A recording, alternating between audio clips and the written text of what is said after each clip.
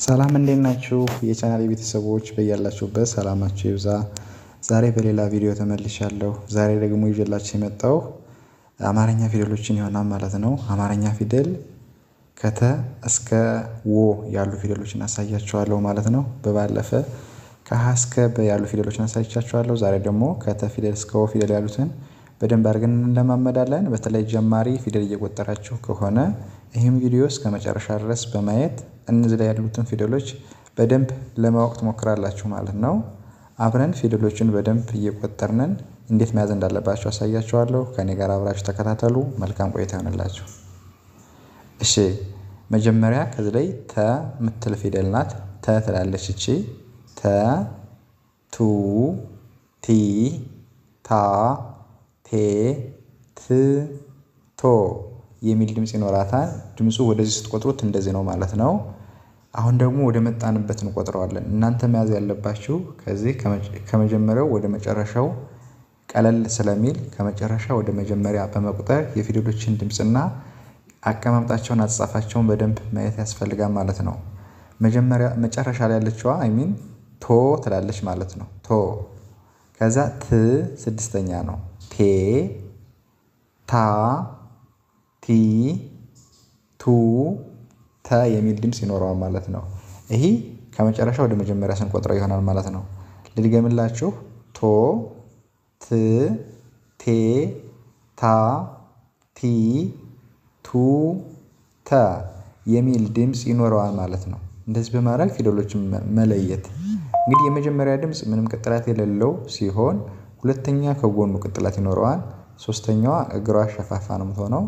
አራተኛ ደግሞ የተ ፊደል እዚህ ላይ እግሩ ወደዚህ ጠመም ያለ ይሆናል ማለት ነው። አምስተኛዎቹ ቀለበት ነው የሚኖራቸው ከእግራቸው ማለት ነው። ስድስተኛ ደግሞ ካናቷ ምልክት አላት። የመጨረሻዋ ከላይ ቀለበት ይኖራታል ማለት ነው።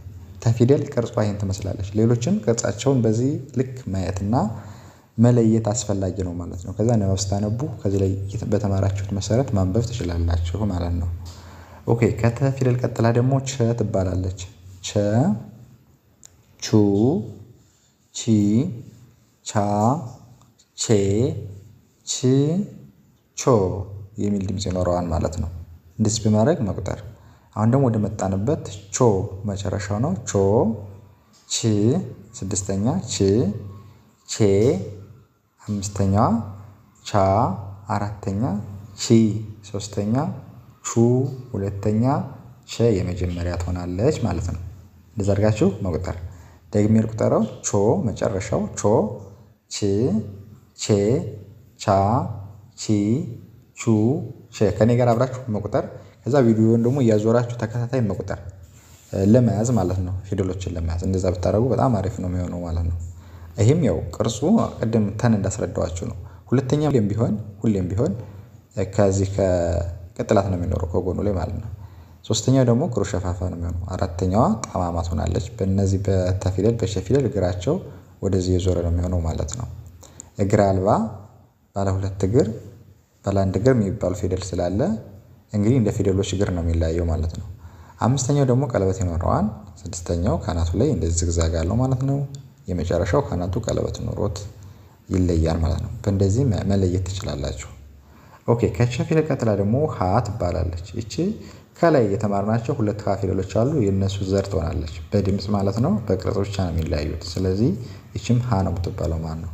ሀ ሁ ሂ ሃ ሄ ህ ሆ የሚል ድምጽ ይኖረዋል ማለት ነው።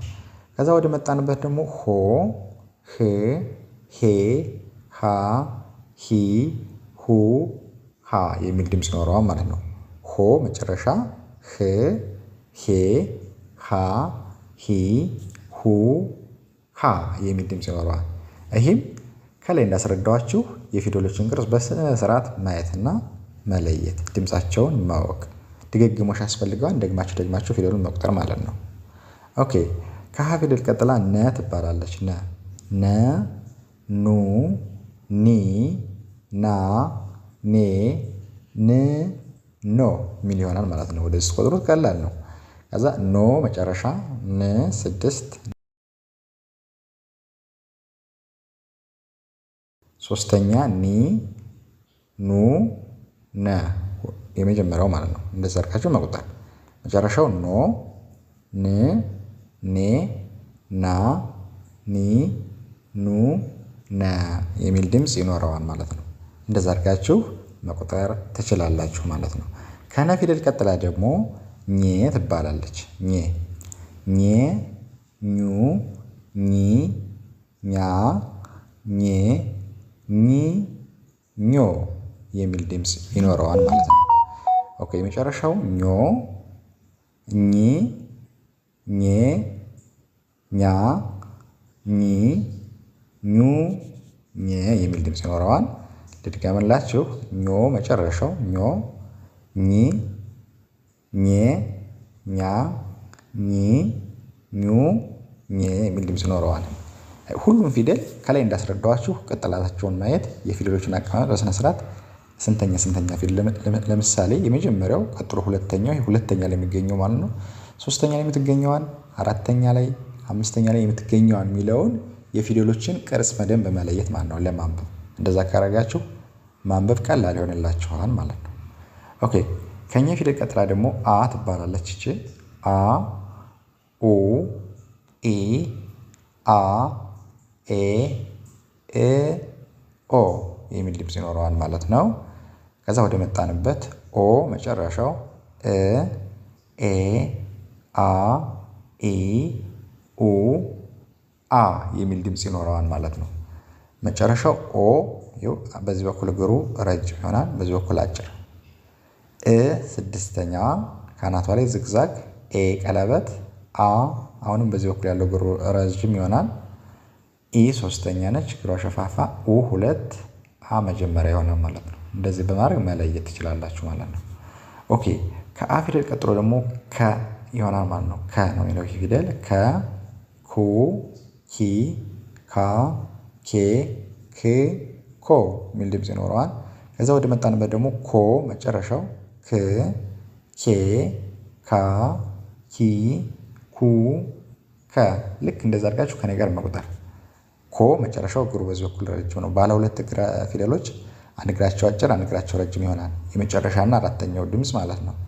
ክ ስድስተኛው፣ ኬ አምስት፣ ካ አራተኛ፣ ኪ ኩ ከ ይላል ማለት ነው። ይሄን ይመስላል ማለት ነው ከፊደል። ኦኬ ከከፊደል ቀጥሎ ደግሞ ኸ የሚል ድምጽ ነው የሚኖረው። የመጀመሪያው ብቻ ኸ ይላል። ሌሎቹ ግን ልክ እንደ ሀ ፊደሎች ነው የሚጠሩት። ኸ ሁ ሂ ሃ ሄ ህ ሆ የሚል ድምጽ ይኖረዋል ማለት ነው። ሆ መጨረሻው ህ ሄ ሃ ሂ ሁ ኸ የሚል ድምጽ ይኖረዋል። የመጀመሪያው ብቻ ነው የሚለይ ድምጹ ማለት ነው። ሆ ህ ሄ ሃ ሂ ሁ ሃ የሚል ድምጽ ነው የሚኖረው ማለት ነው። ይሄን ይመስላል። ከዛ መጨረሻ የወ ፊደል ወ ይሄ ወ ው ዊ ዋ ዌ ው ወ የሚል ድምጽ ይኖረዋል ማለት ነው። ከዛ ወደ መጣንበት ደግሞ ወ ው ዊ ዋ ዊ ው ወ የሚል ድምጽ ይኖረዋል ማለት ነው። ወ ይሄም ወ ነው የሚሆነው፣ ይሄም ወ ነው። ድምጹ ተመሳሳይ ነው ማለት ነው ሁለቱም። ው ስድስተኛ ነው፣ ዌ አምስተኛ፣ ዋ አራተኛ፣ ዊ ሶስተኛ፣ ው ሁለተኛ ማለት ነው። ሁለተኛውና ስድስተኛው የተወሰነ ይቀራረባል። ቅርጹ ግን ይሄኛው ቀጥላቱ መሃል ላይ ነው የሚሆነው፣ የዚህኛው ደግሞ ታች ላይ ነው የሚሆነው እንጂ ድምጻቸው የተቀራረበ ይሆናል ማለት ነው። ይሄን ይመስላል እንግዲህ ከተፊደል እስከ ወ ፊደል በዚህ መንገድ አሳይቻችኋለሁ ማለት ነው። በደንብ አድርጋችሁ ብትከታተሉ እዚህ ላይ ያሉትን ፊደሎች በተለይ ጀማሪ ከሆነችሁ ማወቅ ትችላላችሁ ማለት ነው። እንደዚህ አድርጋችሁ ተማሩ። በቀጣይ ቪዲዮ ደግሞ መልሳለሁ። የዛሬ ቪዲዮ ይህን ይመስላል። ከተመቻችሁ ላይክ፣ ሼር በማድረግ አበረታቱኝ። በሌላ ቪዲዮ እስከሚመጣ ሰላም ሁኑ። ቻው